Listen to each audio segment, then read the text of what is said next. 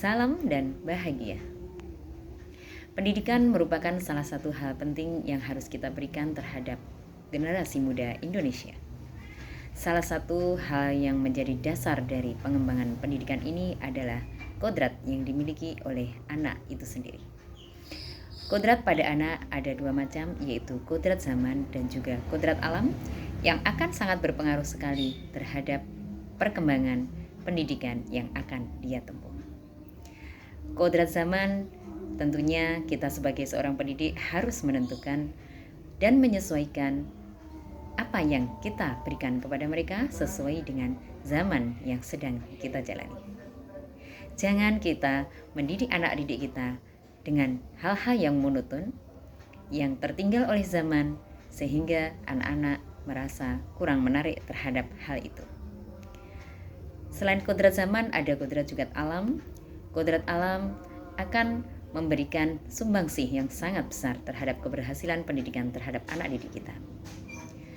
Latar belakang keluarga, latar belakang karakter, dan sebagainya yang ada pada diri siswa termasuk ke dalam kodrat alam.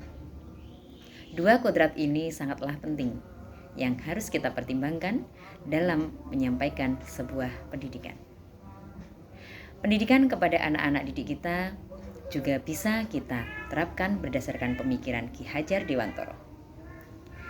Salah satunya yaitu dengan memberikan kebebasan, kemerdekaan kepada peserta didik kita untuk bisa berekspresi, berapresiasi apa yang ada dalam pikiran dia.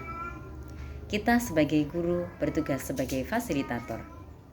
Kita bisa mendidik anak didik kita dengan memberikan ilmu-ilmu yang sesuai dengan konteks yang ada di sekitar mereka.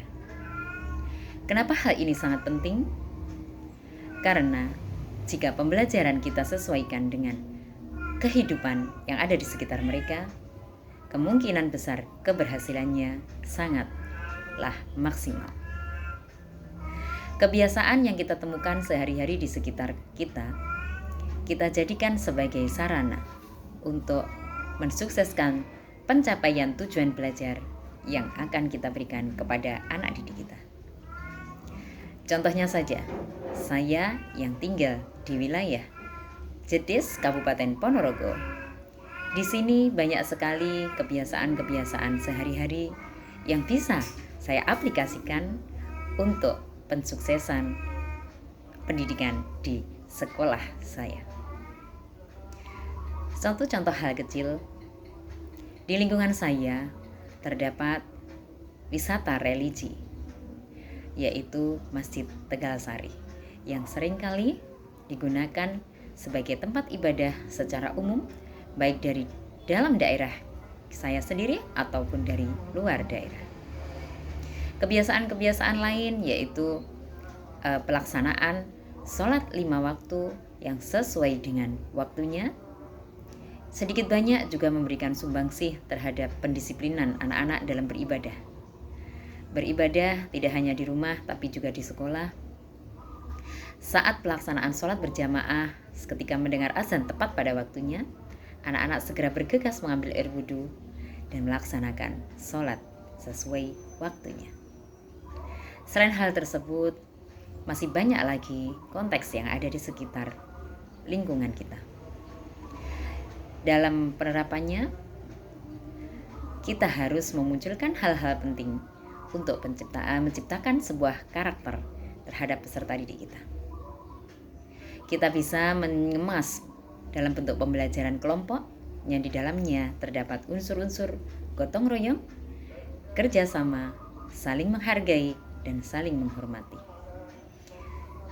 Inilah salah satu konsep pendidikan yang sesuai dengan pemikiran Ki Hajar Dewantara. Satu konsep dan satu pemikiran kecil, tapi yang merupakan sebuah dasar dari keberhasilan sebuah pendidikan. Sekian dari saya, salam dan bahagia.